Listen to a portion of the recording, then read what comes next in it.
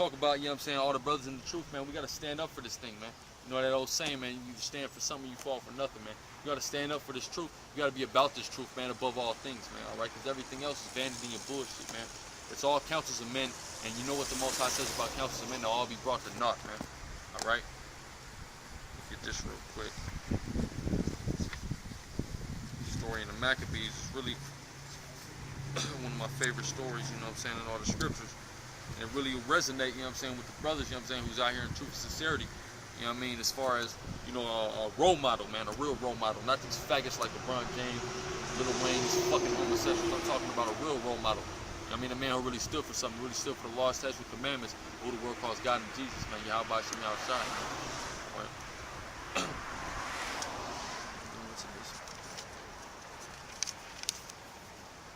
Second Maccabees 6:1.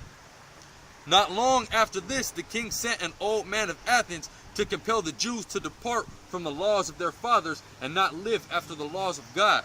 All right, so during this time in the Maccabees, man, this is when, you know what I'm saying, Jerusalem was in real bad shape. Is when these damn Edomites, man, was coming down from Greece, basically influencing us to go the fuck off, man. And now most of the niggas you see out here, the majority of the 2/3 out here in America are nothing but a bunch of damn Greeks, man. And you can tell, man. A lot of these niggas is in fraternity, doing all that stepping, man, being overzealous about their damn fraternity, man. That all goes back to Greece, man. Just going more to prove that we was back there in Greece. All right? Let me continue. Verse 2. And to pollute also the temple in Jerusalem, and to call it the temple of Jupiter Olympius. Exactly, man. They wanted to go down to the temple and stop calling it after the name of Yahweh, but call it Jupiter Olympius, all right? That's the Roman name for the Greek god Zeus, you know what I'm saying, if you're familiar. Let me continue. And to pollute all in Jerusalem, and to call it the temple of Jupiter Olympus, and that in Gerizim of Jupiter, the defender of strangers, as they did desire that dwelt in the place. Exactly. So Gerizim, that's talking about a place where half the tribes will go to put sacrifices up annually. You know what I'm saying? So not only did they want them to go to the temple and start worshiping Zeus in the temple, they wanted them to start giving sacrifices to Zeus at Gerizim. Right? Let me continue. Verse 3. The coming in of this mischief was sore and grievous to the people. Exactly. So when all this mischief, all this bullshit came in Jerusalem, man, everybody was fucking pissed, man. It was vexing all of Israel. All right? Continue. Verse 4. For the temple was filled with riot and revelings by the Gentiles. Exactly. Riot and revelings by the Gentiles. They was going into the temple. They was having parties in the temple, man. You know what I mean? They threw a club night at the temple, man. They was doing all type of wickedness in the temple, man. That's a temple unto Yahweh Shem Yahushai, man. That's the only holy place. You know what I'm saying? And they want to come defile it, man. Which is another reason why you Gentiles going to be put to death. Because not only did you defile the temple, but you encouraged Israelites to do so. And certain Israelites did so, man. All right? So, man, that's another one of the laundry list of reasons why you crackers is going to get fucking killed, man. All right? Start back in verse 4. For the temple was filled with riot and revelings by the Gentiles who dallied with harlots. What's dallying with harlots, man? That's flirting with hoes, man. That's exactly what dallying with harlots means, to flirt with hoes. So it was in the temple flirting with hoes, man. Ain't nothing wrong with flirting with hoes, man. All right? Let's be honest, man. We all do it. But flirting with hoes in the temple, man? Flirting with hoes in the only holy sanctified place? A hoe shouldn't even step her ass in the temple, man. Let alone be flirted with, all right? So that's going off, man. It defiled the temple, man. Let me continue. Who dallied with harlots and had to do with women within the circuit of the holy places. So not only were they flirting with these hoes, they was smashing these hoes in the temple, man. Which is totally going. You got all the rest of the city to go fuck some bitches in, but you're gonna go to the temple and do it, man. Just going to show the white man is the perfect definition of the damn devil, man. All right? Let me continue. And besides that, brought in things that were not lawful. Not only was they having sex with these women, but they were bringing in things that weren't lawful. They was probably bringing in all type of shellfish, swine, all type of other unlawful stuff, man. They just wanted to do everything to break the laws, man. All right? They're the damn devil. Continue. The altar also was filled with profane things, which the law forbiddeth. Neither was it lawful for a man to keep Sabbath days or ancient feasts, or to profess himself at all to be a Jew. Exactly. It was not lawful. They put a law that you couldn't have none of the feasts. You couldn't do the Passover. You couldn't do the Day of Atonement. You couldn't do the Feast of Tabernacles. None of that. You couldn't keep the Shabbat, man, the Sabbath. You couldn't do none of it. That's the law that these crackers put over. They said it was unlawful for a man to declare himself a Jew. All right? And they've been implementing this system of it being unlawful to proclaim yourself a Jew for so long that now they don't have to have it be a law. We look crazy for coming out here and telling people we're the Jews, man. We're the Israelites of the Bible, man. All right? But that's what the white man do. They beat it into our people's heads. They have a system. They beat it to our heads for enough lifetimes, and now our people are just set on their leaves now, man. All right? Perfect damn slaves. What's wrong with you niggas, man? All right? You ain't standing for nothing. Let me continue. Verse 7. And in the day of the king's birth, every month, they were brought by bitter constraint to eat of the sacrifices. Exactly. So this is what the king did. Every day of his birthday, every month. All right, so say he was born on the 17th. The 17th of every month, he was forced to go to partake in their feast, man. To sacrifice unto their fucking idol, worthless gods, man. All right? For one, a birthday is nowhere in the scriptures, man. A birthday is a heathen practically supposed to be celebrating no birthday, let alone this fucking cracker's birthday every month, man. All right? That's complete wickedness. That's why it said this coming to this mischief was sore and bitter to the people, man. I'm upset about it, and I'm just reading about it. I mean, we got to go through similar shit now, but I'm upset just reading that we had to already go through this, man.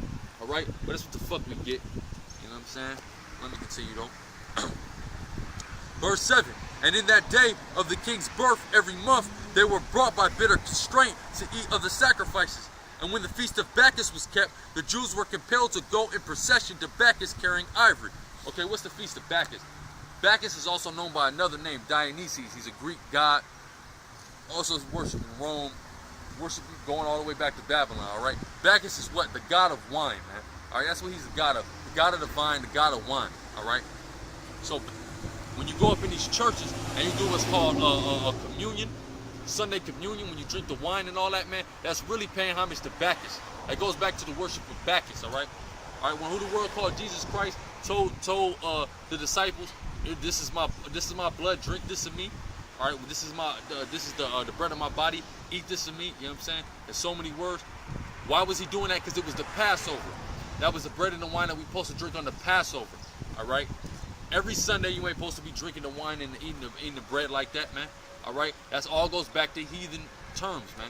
Heathen practices. The Feast of Bacchus. All right. You know what I mean? So that's what they was making us a sacrifice to Jupiter, aka Zeus. And that was making us hold the Feast of Bacchus, aka Dionysus, man. All right? Which is all just demonic, evil idolatry, man.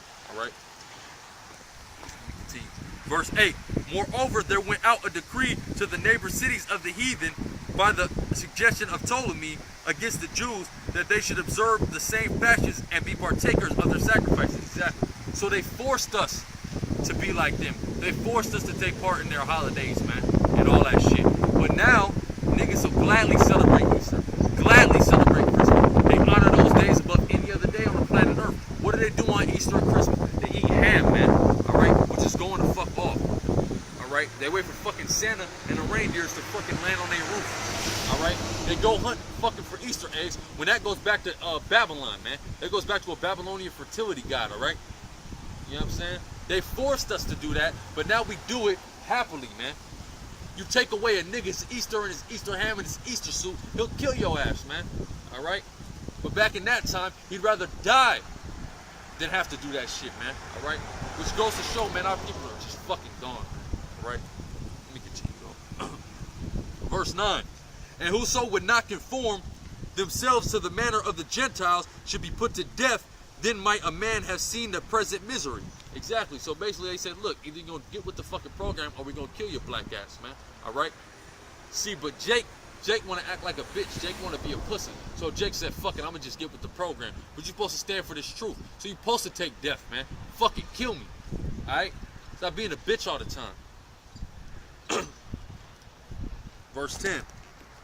For there were two women brought who had circumcised their children, who when they had openly led round about the city the babes hanging at their breasts, they cast them down headlong from the wall. Exactly. So these women right? They had circumcised their children, which is in the law to circumcise your children, right? They were breastfeeding their children in the city. People seeing that their children were circumcised, and they beat these women for it, man. They brought them down headlong at the wall, man. I think they killed them actually, Salak. But yeah, man, for what? For circumcising their children, for keeping a law, a covenant that was made with Abraham before Israel was even on the scene, man.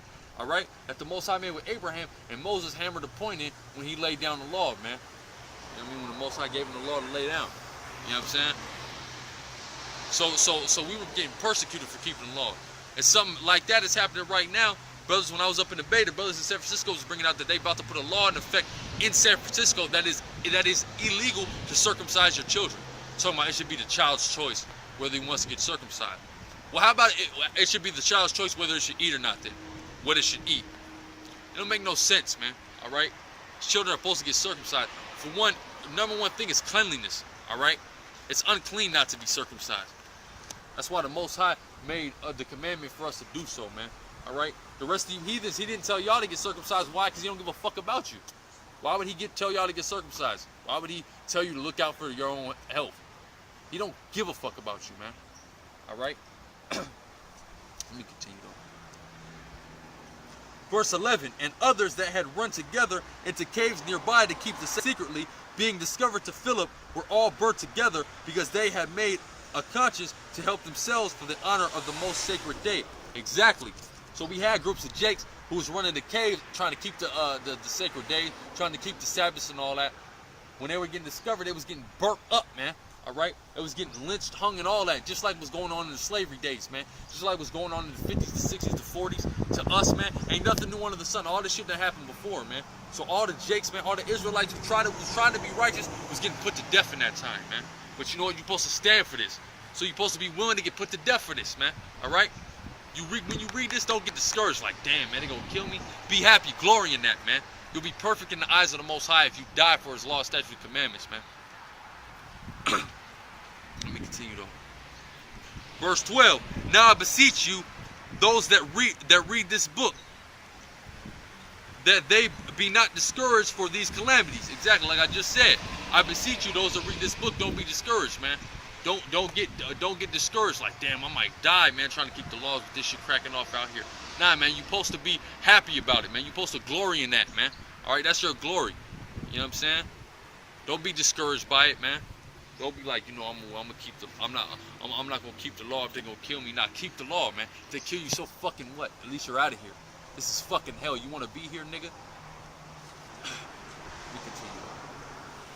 Verse 12. Now I beseech those that read this book, that they be not discouraged for these calamities, but they judge those punishments not to be for destruction, but for a chastening of our nation.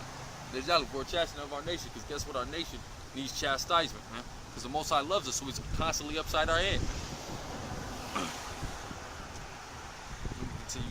Verse 13, for it is a token of his great goodness when wicked doers are not suffered any long time, but forthwith punished.